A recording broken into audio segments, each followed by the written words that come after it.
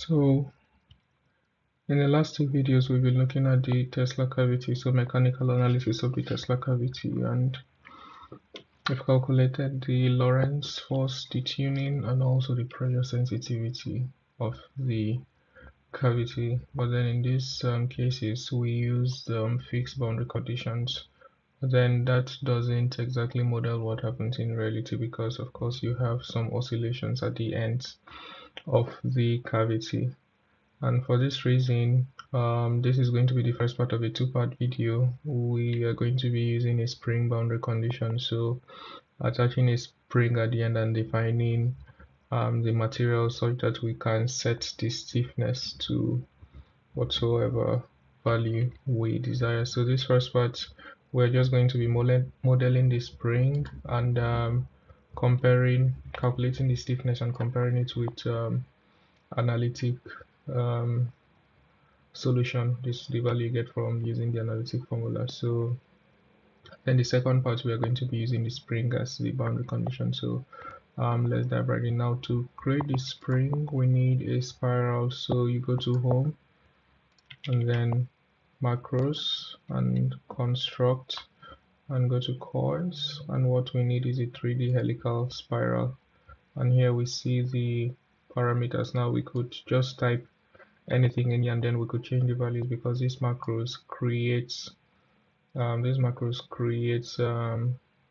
parameter list. So it's already here because I created one initially and deleted it. So the radius of the Tesla cavity is 35, so I'm just going to put 35 here, although I think I'll have to subtract something later for the thickness. Then the coils height, I'll just use 50 millimeters. I have 15 millimeters, yes, and I'll just use 10 turns. So maybe I should click on OK. Yes, so we have a spiral. Okay, yeah, we have a spiral. Now to make this into a spring, what we'll do is we need to sweep a circular curve over this. So I'm going to go ahead and create the circular curve. So I have this in Z, oriented Z, so maybe I'll change the orientation, yes, like this. And so now to create the other curve, I'll click on P on my keyboard, or just go to modeling and then peaks. So peaks, and then to select a point, pick point edges, or okay, so that's S. There should be a P somewhere. Oh, it's out. So I'm going to click on S and select this point, and then I'm going to align I'm going to align the YZ axis. So I'm going to go to align WCS, click on the drop down arrow and click on to align to YZ. Is this YZ plane? Yes, I think that's it. So I think it's supposed to, wait, I think I made a mistake. What plane is this? Let's see.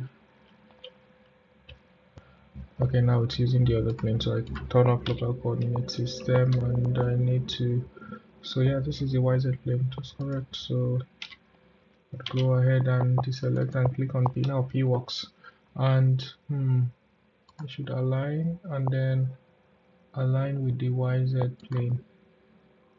Okay, I'll just click on, I was expecting the local coordinate system to start here, but then it's not. Let me see.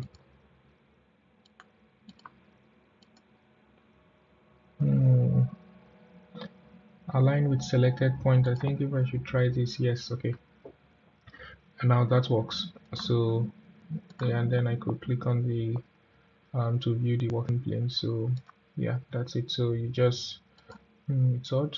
You have to also click to align with point and also align with the YZ plane. So now I go ahead and create the circle. So I go to curves and then circle and double click, and so this is going to be kind of a spring thickness. So the radius I'm going to use, I think the thickness of the Tesla cavity should be maybe 2.5 millimeters. So maybe I'll just use, I could use anything, and then ultimately I would control the control the stiffness of the spring with the I'll just use one with the Young's modulus. So I'll just use one and preview, so I have enough space, so I could also increase the height or reduce the number of coils, so any one of them. So I'll use 1 millimeter. Yeah. Okay. Yeah, so I click on OK. So I have my profile to sweep. So I go ahead and turn off the local coordinate system. I could also move back to this if I wanted to. Yeah. And now for the sweep, I go to, before I sweep, I have to create a new curve and move this circle inside. That was my bad. So I create a new curve, otherwise it won't work. And then I just click, hold and drag the circle to the curve. So now I can go to modeling, and then I think it's this extrude, no, not extrude, this should be trace, no, not this, and I think it's this, yes, sweep curve. And then if I should click on this, then it's double click to select profiles to sweep. So I want to sweep this, no, double click, so it's already selected. So when it's selected, it's blue, and then I click on enter, so it's red, and then I click the profile, and then I have my spring. Yes, so twist, nothing, component 1, add it there, yes. And then material, I'm going to change this to I think I'll make it copper, yes, and then change the properties later. So yes, okay, yes, so this is what we have. Now to apply, I'll just go ahead and turn off the working plane. Now to apply either a tensile force or a compression force to this, I need a surface to apply the pressure to. So I'll go ahead and create two, and then I would also need a surface for it to rest on, for the spring to rest on. So I'll go to modeling, and then I could create a cylinder. I'll create a cylinder, and then a cylindrical surface. So I want this to be at 35 radius, and the x center, I think it's 0, 0, and then the z mean should be, I'd make it the height. So I'll go ahead and look at my parameter list. What is called? Linear spiral. I hope I can see it. Just try and do this. So linear spiral CST coil height, I could just copy that and put it here, and then I'll add a thickness, so maybe plus maybe 2 millimeters. So yes, so the thickness of the plate is 2 millimeters. So that's the top plate, and then also copper, and then I click on OK. Yes, and for the bottom plate, I'll go ahead and create another cylinder, and 35, or instead of putting 35, I'll just use this parameter coils radius and z max. So I want it to be from the bottom, so 0 to maybe 2. Let's see. No, then it would be minus 2 to 0. Yes. Yeah, I think that works. Now you see what I was saying. You have an extra dimension for the thickness. So I'm just going to, maybe I'll change this instead to thickness and define the thickness parameter. So preview, I'll make thickness 2, and okay. So the radius is now going to be 35. Minor radius, the major radius does not do anything, so minus thickness, and then I think everything should be aligned now, at least for the bottom. That's not the case. Why is that? Should it be 2 times thickness? No. I'll just change the other parameters. So I'll just go to components, and I have this and this, so I'll edit it to thickness. Okay, now I see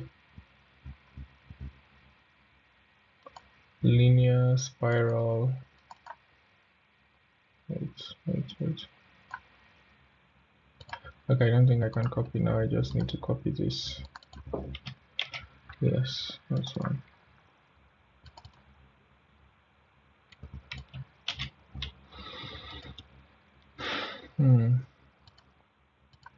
Okay. Well, that's odd. Okay, I think it should be 35. 35, then just the coils radius should be, yeah. Okay. So but then I wonder why it's not. I mean, if this is 35 and then the radius of this is 35 minus thickness, which is 2. What there should be 35, and then there should be 35 minus thickness, so that width, or 2 times thickness, and that doesn't seem right. What? I'll try it. I can spell thickness correctly. Yes, and let's see. Doesn't change anything. Let's see. I think I have to change also the major.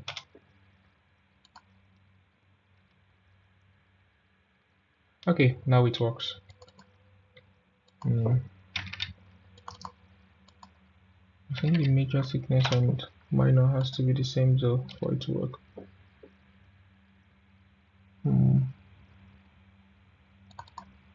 Or is this?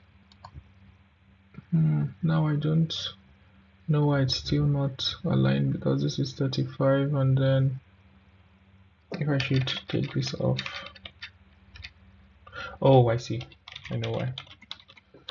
In the definition of spiral, I did not.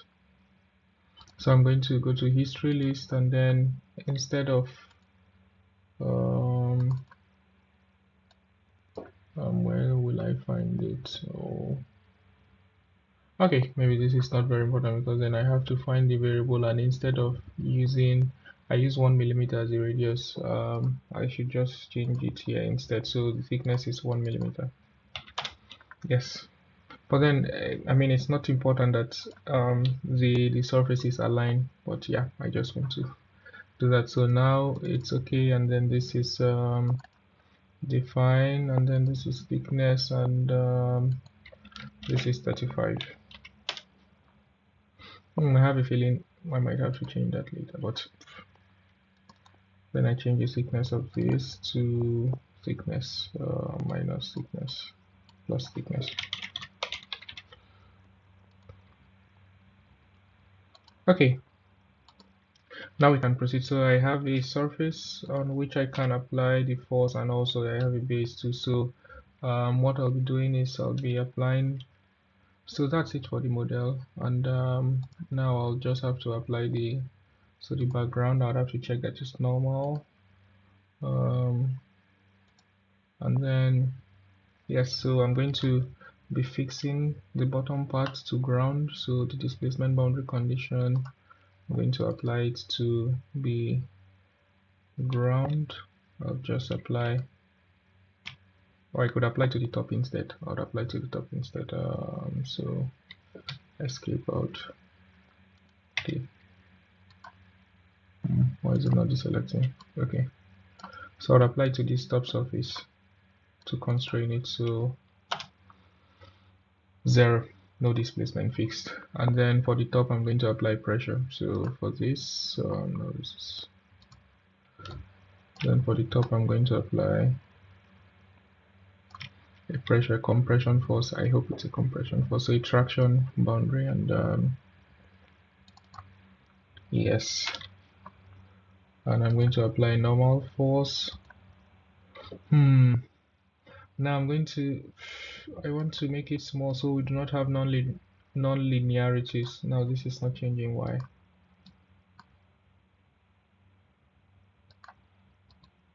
Okay. Oh, disconnected, of course. I'll just go ahead and pause. Okay, now it's back, I think. I hope. Okay, yeah, it's back. And what would be a suitable force I could apply such that I do not have non-linearities?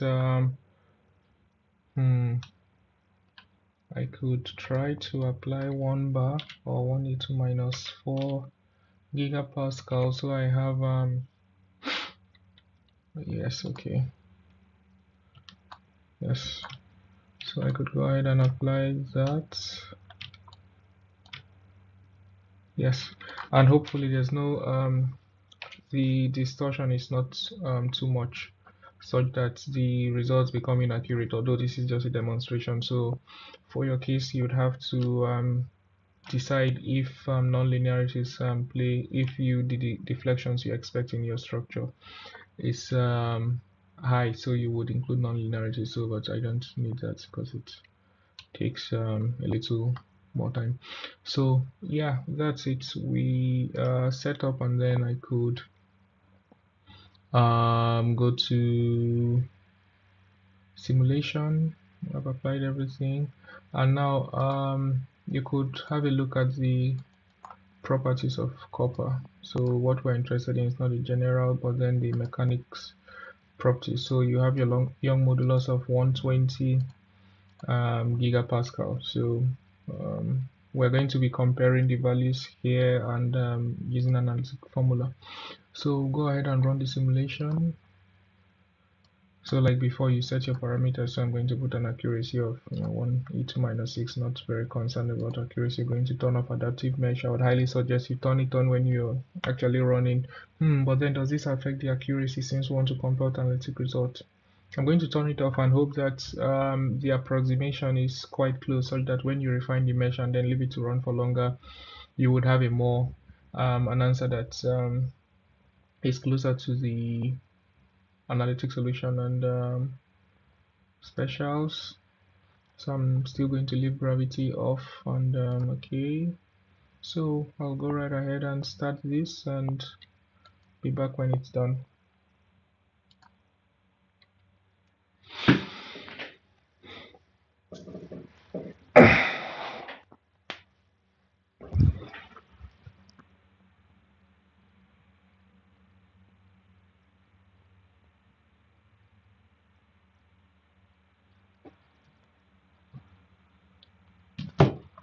Hmm.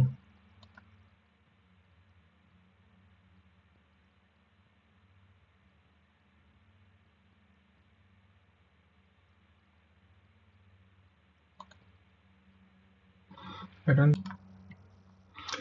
and yeah, the simulation is done, and yeah, I forgot to mention the mesh. You could also, I mean, we could have a look at the mesh, but this is just a demonstration, and things are not, I mean, the goal is not to make everything like super accurate and stuff. Otherwise, you check the mesh and then do convergence study and also like run adaptive meshing. But I think this is fairly decent. So let's look at the results. So you have your displacement.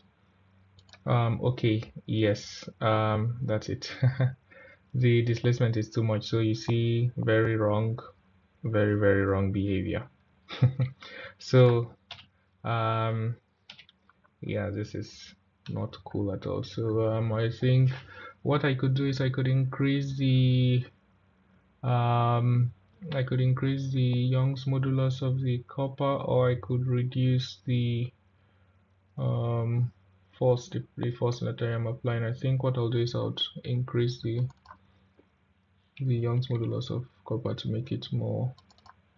Okay, I'd have to close out of this first, and then to make it more stiff, I'll make this maybe 1 e to power. What was the displacement just now? It was I think this should be, is it linear in displacement? I don't know. I would not, so well, just assume it's linear. 1 2 3 4 5, so 5. So I would maybe make this, yeah, close out of this and make this 1 e to power 8 to make it more stiff. Mechanics, or 1 e to power 7, let's see, or 8. gigapascal, so Young's modulus. And I mean, this is not a real material, it's just to control our stiffness. So I've changed that, and then I'll run the simulation again, and let's see, hopefully we do not have a large deformation.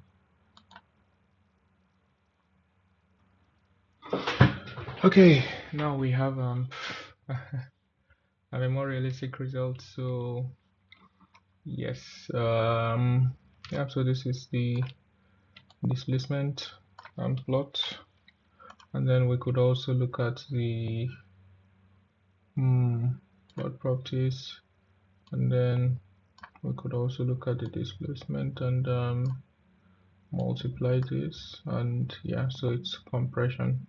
So I could change the bounds to 1000. Okay, apply, and then move it. Then I could also hide the original model, so you see it's compressing. Yes, so one, so I'll just take it back to the original position, and then okay, so you have a displacement, a maximum displacement of 0.0151 millimeters. So then you could also look at the stress on Mises, and yeah, also the volumetric. So yeah, that's it. And then to calculate the so we have this displacement, and then we could calculate the K, the spring constant. Now let's see. So using this is stiffness of helical spring, so this is the formula. So K is equal to G multiplied by D, which is the diameter of the spring cross section, and then this is the diameter of the spiral that we defined. So we're going to calculate it now. Where should I calculate that? I think I could use this calculator. So where's that? Where's that? Yes. So I have that K is equal to GD raised to power 4. So I'll put that first. So G we had was 1e to power 7, then times 1e to power 9, so gigapascal, then multiplied by what? Multiplied by what? D. So what was our D, which is the radius? I think this was the, no. What was the radius? I think it was 1 millimeter, so 2. So this becomes 2e to minus 3 and raised to power what? 4, I think. Yes, so GD to power 4 divided by 8 multiplied by n, which is the number of active coils. 8 divided by 8 multiplied by number of active coils, which was 10. I'll just use 10 instead of copying that parameter there, and multiplied by d, which is 35 minus thickness. So 35 minus 1, 34 e to minus 3, converting to meters, then raised to power 3. I hope this is, I hope I got, if I got everything correctly, then AGD raised to power 4 divided by 8 multiplied by ND cube. So hopefully I got everything. So I have a K of 5.09 e to 7. I'll just copy this to notepad. So I have that K is equal to this. Now we have that F is equal to minus Kx. So that's the force and spring constant relation to displacement, and then our force is equal to the pressure multiplied by the area. So the surface area. Oh, now I have to calculate this. So which would mean that x, which is the displacement from analytical solution, would be equal to p multiplied by a divided by x divided by k, so minus. So although we have just positive here because it's absolute displacement, I could also put it, I would also check for just the y displacement, although I think this should only be displaced in the one, then the x and z component should be 0. So this is what I have, and then we had p was equal to, so p multiplied by a. So let's see, so it's p, our pressure was 1 E2 minus 4 gigapascal, so I put 1 E2 minus 4 times 1 E2 9, then multiplied by area, which is pi. I hope this is pi.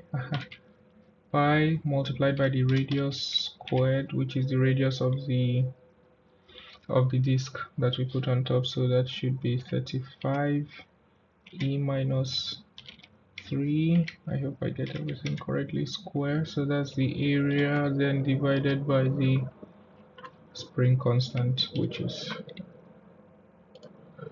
this value right here. If I calculate everything correctly, then this gives, oh, this is 7.56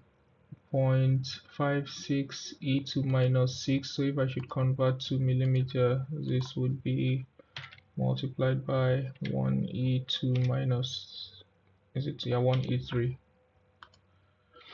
So this gives 0.00756. Even though our mesh was not that accurate, I expect, I mean, I've done this before and I got really close agreement with the analytic solution. So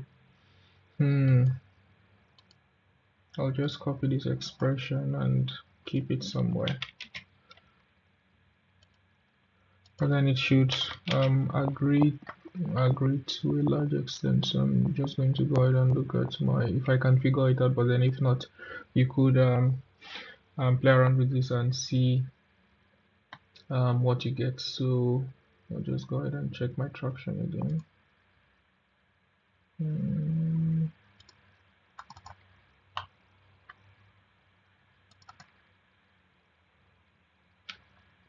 Oh, I have to close this. 1 E2 minus 4, yes, that's correct. Okay, now with the active spring, I'm never sure because I think I also checked, okay, counting, yes, counting the active spring. So I think it's not exactly 10, I think maybe 9 or maybe 9.5 might be the most appropriate. So for a compression spring, you have this, which is kind of similar to what we have, and then we have just 4. So I'll go ahead and change that and see if it gets closer to the answer, because yeah, I could say maybe 9 or 9.5 active springs, something like that. So now I have to type this again. So G K is equal to G, which is 1E7. I hope that's actually 1E7. No, this is traction, and or was it 1E8? Oh, sorry, it was 1E8, so not 1E7. Okay, yeah, so I'll make changes to this and also the spring, the number of active coils. So this would be 1E8 multiplied by 1E9 gigapascal, then multiplied by D, which is diameter. So the radius was 1, so 2E minus 3 to power 4. I think that was it, then divided by 8 multiplied by number of active coils. I would use 9. I mean, if I should use 9 and 10, then I would have kind of an upper and a lower bound, and I think the actual value should fall in between these values, so I'll use 9 for now, and then multiplied by D, which is 35, minus thickness, which is 1, so 34 E minus 3 raised to power 4. Yes. Go ahead and check that again. GD4 divided by 8ND cube. Sorry, cube. So D4 and down, calculate. So I have 5.6 e to power 8, so I'll just put a comma here and put this. So what I had initially was 5.0 e to power 7. Okay, and then getting this again, I would, so force, which is this Pascal, then multiplied by the entire area, surface area, so pi r square, yes, and then divided by this. Now let's see, and I'll just copy this and replace this. Oh, now it's even smaller. Now it's even smaller. Okay, I don't think I can figure out where the calculation is. I mean, it might also be that the mesh is not running enough, although I wouldn't expect this much difference. So we have the maximum of 0.015 millimeter. I wouldn't expect this much difference because I've actually done the simulation before. So I'll just chalk it up to probably being an error in my calculation that I wouldn't want to spend so much time finding on the video. So yeah, just play around with it and then do a better comparison, and yeah, you should get quite a good agreement with the displacement, the maximum displacement, and the, wait, maybe one thing I could also check, but then I think you should only, so this is the absolute, and I want to check for Z. Yeah, smart scaling, no,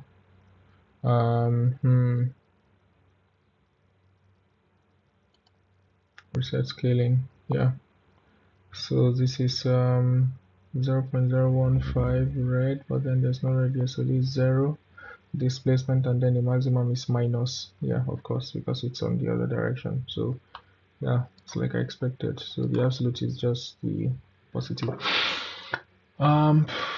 Okay, so that's it.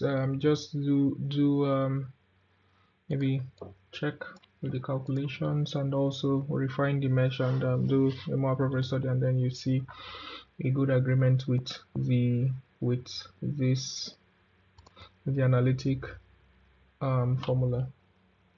So that's it, and then for the next part of the video we're going to be using this spring and then putting it at the bounds, attaching it to the ends of the Tesla cavity, and yeah, then would vary the, I have to close this out, would vary the, oh, I think, oh, okay, I'm going to show you. I think I saw one other point of error, so just picking out the errors one after the other. So using, by varying the Young's modulus, then would see how this affects the displacement of the boundary. So what I just remembered is that this is modulus of rigidity, not Young's modulus, and then it is calculated this way. So it is E multiplied by 2 divided by 1 over V. So I wouldn't want to elongate this video further by trying to calculate that. So because this would be 2 multiplied by 1, so 2 point what is V? So your V is your Poisson's ratio, which you also have from this, yes. So you have kind of a factor of 2 in the denominator. So if you were to multiply what we have, okay, yeah, so you have a factor of 2. Okay, now it's gone. So you have a factor of 2, but then that doesn't still make it like close to what we have numerically. But like I said, it should give a good argument, and see you in the next video.